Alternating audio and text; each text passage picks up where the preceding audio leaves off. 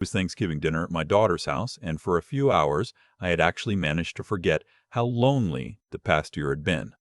My wife, Beverly, had passed the previous February. 41 years together. And then one morning, she was just gone. A stroke, quiet and sudden, the way she herself had always been. The doctor said she wouldn't have felt anything. I told myself that every night before I went to sleep, like a prayer I wasn't sure I believed. So when my daughter, Sylvia, called in October to say she wanted to host Thanksgiving that year, really host it, not just order in and call it a celebration, I felt something loosen in my chest. She'd been distant since the funeral, busy with the kids, busy with her husband, busy in all the ways that grief makes people run from each other. But this felt like a reaching out. I said yes before she'd even finished the sentence. I drove up to Barrie from my house in Guelph on the Wednesday afternoon.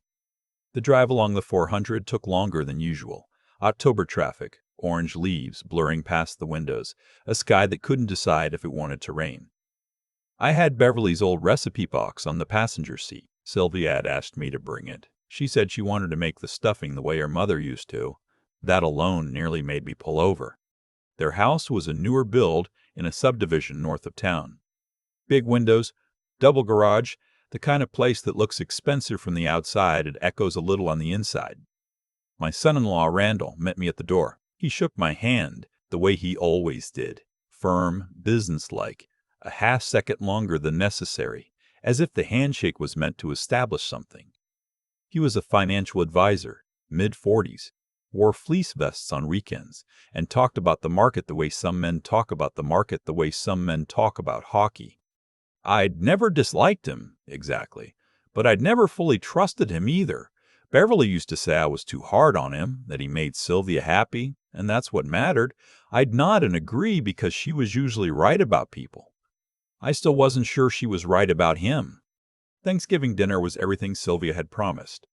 The stuffing tasted almost exactly right, a little more sage than Beverly would have used, but close enough to hurt in a good way. My two grandchildren, 8-year-old Finn and 10-year-old Grace, were loud and funny and kept asking me to do the French-Canadian accent I'd picked up from a colleague years ago. I did it 3 times and made them shriek with laughter each time. By 8 o'clock, the kids were upstairs, the dishes were mostly done, and the 3 of us were sitting in the living room with tea. Sylvia was curled into the corner of the couch. Randall sat in the armchair with his phone tilted slightly away from me, a habit I'd noticed before but never mentioned. Around 9, Sylvia said she was exhausted and kissed me on the cheek and went to bed. She looked tired in a way that wasn't just from cooking. I noticed it but said nothing. Randall and I sat for another 20 minutes with the television on low. He offered me a scotch. I said sure. We talked about nothing. The Leafs, the weather coming in off Georgian Bay, whether Finn's hockey team had a shot this season. Normal conversation, the kind you have when there's nothing you actually want to say to each other. My phone buzzed at 9:47. I almost didn't look at it. I figured it was my neighbor Howard checking in. He'd offered to keep an eye on my place while I was gone, and he had a habit of texting at odd hours. But the number wasn't Howard's. I didn't recognize it at all. The message was 5 words. Don't sign anything tonight. I read it twice. Then a third time. Everything okay? Randall asked. I looked up. His expression hadn't changed, but something in his eyes had a flicker of attention that he pulled back almost immediately. Fine, I said. Just Howard. I excused myself to use the washroom and stood in the hallway reading the message again. Don't sign anything tonight. No name. No explanation. The number had a 705 area code local to the Barrie region, but I didn't know who it belonged to. My first thought was that it was a wrong number. My second thought was the way Randall's eyes had moved when my phone buzzed. I didn't go back to the living room right away. Instead, I stood in the hallway outside the guest bedroom and thought about the past few months. Things I'd noticed and filed away without meaning to. The conversation in June when Randall had started asking about Beverly's estate, casually, gently, framed as concern. He'd mentioned something about consolidating assets, simplifying things, reducing the administrative burden for someone my age. I'd changed the subject and he hadn't pushed. Then in August, Sylvia had called to ask if I'd thought about getting my affairs in order. her words careful and scripted in a way that hadn't sounded like her. I'd told her I was working with my own lawyer. She'd said, "Good, great, that's smart," and quickly moved on. I told myself I was being paranoid. Beverly always said I looked for problems in places where there weren't any. But now I was standing in my daughter's hallway holding a message from an unknown number, and I couldn't make the pieces stop fitting together. I went back to the living room. Randall had refilled his scotch. We watched 10 more minutes of television, and then he said, almost casually, that he'd put together something he wanted to show me. Just some paperwork, nothing major. A simple power of attorney document that would let Sylvia help manage my finances if I ever found myself in a position where that was difficult. He said a lot of his older clients did it. He said it was really just a formality, just peace of mind. He got up and went to the kitchen counter and came back with a folder. I looked at it, a power of attorney document, already filled out, my name at the top, Sylvia's name as the authorized party, and below her name, in smaller print, a secondary designation, Randall's name. He set it on the coffee table with a pen. "It's really straightforward," he said. "Sylvia and I talked about it. We just want to make sure you're protected." I looked at the document for a long moment. Then I looked at him. "I'll need to have my lawyer look at it first," I said. His expression stayed pleasant, but something tightened at the corners. "Of course," he said. "No rush. I just thought since we were all together." "I'll call her Monday morning," I said. "I like to have someone I trust read anything before I sign." He nodded, picked up the folder, said of course, absolutely, that made complete sense. I went to bed 20 minutes later. I lay in the guest room listening to the furnace click on and off and the wind coming off the bay, and I stared at the ceiling and thought about Beverly. I thought about the recipe box on the dresser, about 41 years, about how much I had left and how many people knew it. I didn't sleep much.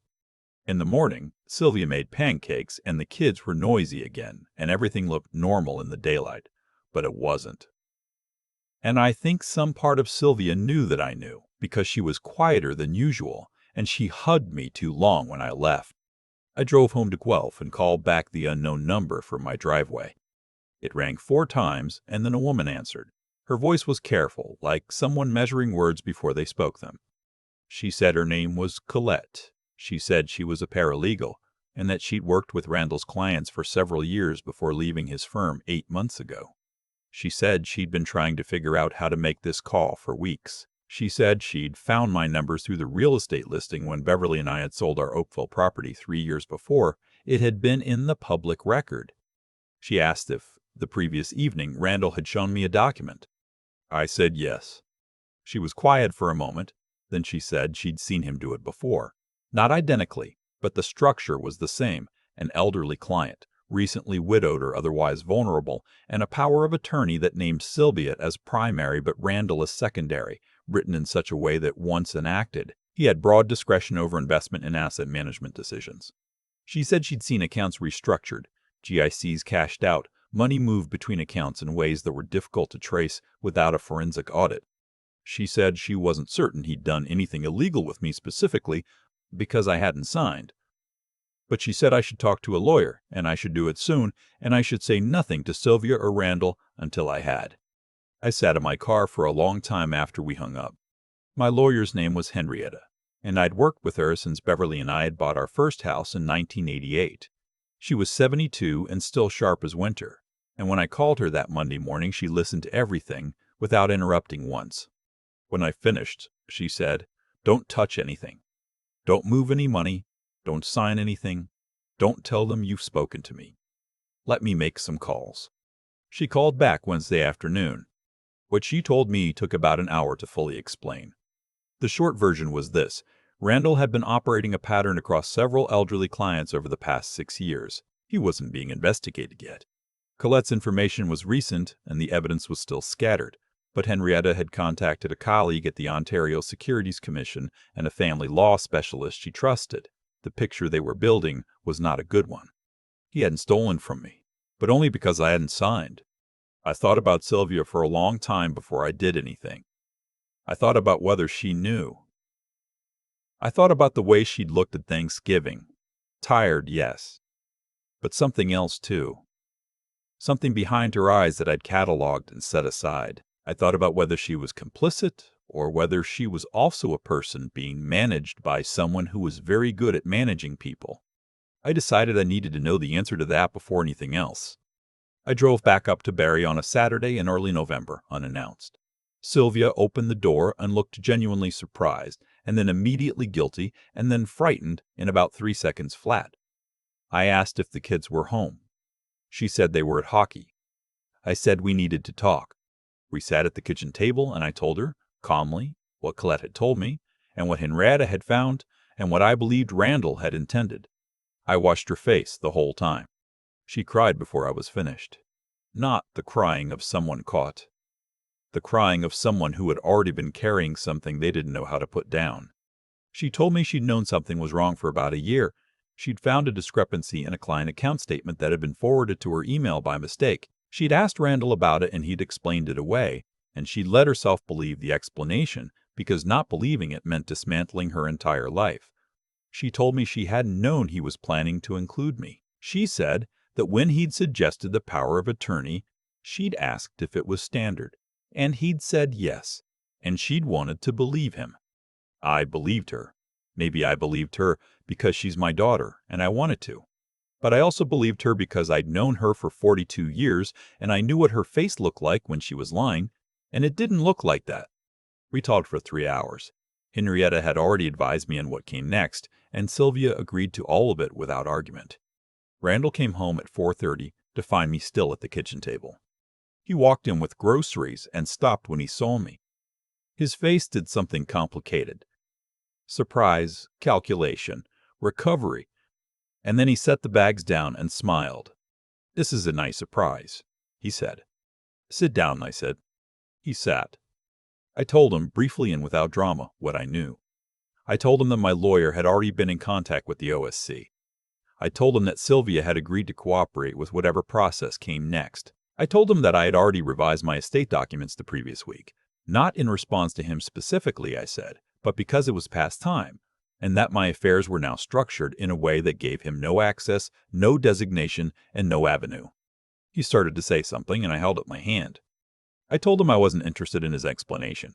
I told him the people whose money he had already managed would be served by the investigation regardless of what he said to me. And I told him that what happened to his marriage was between him and his wife, and that I had one request on that subject. My grandchildren were not to be made into collateral damage by any of it. He didn't say anything after that. I drove home as the sun went down over the fields west of the 400. The sky was that particular late autumn orange that Beverly used to love, the kind that makes everything look like it's on fire in the most peaceful possible way. I put on the radio, an oldies station, something she would have sung along to, and I let myself feel the full weight of the day. The investigation took the better part of the following year. I won't pretend it was simple or clean. There were depositions, documents, phone calls with Henrietta that went long into the evening. 2 of Randall's other clients, both widowers in their 70s, had losses that the investigation attributed to him. He surrendered his registration with the OSC in March. The civil proceedings are still ongoing as I write this, and whether he ends up with criminal charges depends on a process I've largely stopped trying to follow closely. Sylvia filed for separation in January. It was the hardest thing I'd watched her do, and I drove to Barrie once a week for 3 months to sit with her and the kids on Saturday mornings, drink bag coffee, help Finn with his hockey gear, and let Grace show me whatever she was reading. We didn't talk about Randall much. We talked about Beverly a lot. We talked about the stuffing recipe and how much sage was too much sage, and whether there was a right answer.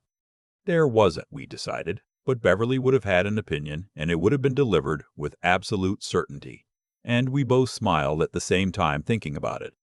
Colette, the paralegal who'd sent that message, eventually reached out again. She'd come forward formally to the OSC, and her testimony was part of what gave the case its structure. I sent her a letter, an actual paper letter, the kind you have to lick and stamp, thanking her for what she'd done and what it had cost her to do it. She wrote back. We've exchanged a few letters since. There's something about that exchange that still feels important to me, though I couldn't entirely explain why. Maybe it's just that someone chose to do the right thing when it would have been much easier not to, and that still means something to me at 68 years old. Beverly used to say that the people who surprise you are the ones worth paying attention to. As always, she was right. I still have her recipe box on the kitchen counter. I haven't cooked much from it. I'm not a natural in the kitchen, never was, but I like having it there. Some mornings I open it and flip through the cards in her handwriting, the grease-spotted ones and the ones with notes in the margins, little amendments and improvements she'd added over the years. There's a card for roast chicken that says less garlic than you think, more than you're afraid of, and every time I read it, I hear her saying it, and it's the kind of thing that hurts and helps at exactly the same time. Thanksgiving this year was at my place. Sylvia drove down with the kids, and Grace helped me with the stuffing, and Finn ate 3 plates and then fell asleep on the couch before 7 o'clock. It was quiet in a way that was its own kind of full. Nobody went home with anything they hadn't come with. That felt like enough. I've thought a lot about that Thanksgiving evening. The folder on the coffee table, the pen set down just so, Randall's pleasant expression that stayed exactly 1 second too long. At the time, my hand didn't move toward it. I'm not entirely sure why. Some part of me, the part that had lived 68 years and learned to read the pause before a sentence, knew that something was off. I'd like to think that's not luck. I'd like to think that's not luck. I'd like to think that's something you build. Because what I've come to understand is that the people who get taken advantage of aren't foolish. They're trusting. And there's a difference. Randall counted on the fact that a grieving man, still raw from losing his wife of 41 years, would want to believe that his family was looking after him. That's not a character flaw. That's being human. But staying human doesn't mean staying passive. And that's the part I keep coming back to. Colette didn't have to send that message. She'd already left the firm, already put distance between herself and what she'd witnessed. Coming forward cost her professionally. I learned that later in one of her letters. She did it anyway, not because she was certain of the outcome, but because she decided that doing nothing was its own kind of choice. That kind of integrity, quiet, costly, not performed for anyone's approval, is rarer than people think. It's easy to be decent when it's convenient. Colette was decent when it wasn't. And then there's Sylvia, my daughter, who knew something was wrong for a year and couldn't bring herself to look directly at it. I don't say that as a criticism. I say it because I understand it. It takes real courage to dismantle the life you've built. To look at the person sleeping next to you and admit that what you've been telling yourself isn't true. When she finally sat across from me at that kitchen table and told me what she'd seen and what she'd done with it, she wasn't making excuses. She was being honest about being afraid. And then she stopped being afraid. That took more out of her than I think she'll ever fully say. What this whole thing taught me, the part I turn over most often, is that clear thinking matters most exactly when emotion is loudest. When Beverly died, I was in grief. That's precisely when Randall moved. He wasn't wrong that I was vulnerable. He was wrong that vulnerability meant I couldn't be careful. The two things aren't mutually exclusive. You can be heartbroken and still ask your lawyer to read the paperwork. You can miss someone every single day and still pay attention to the room you're sitting in. I'm not harder now. I don't think that's the lesson. I still trust people.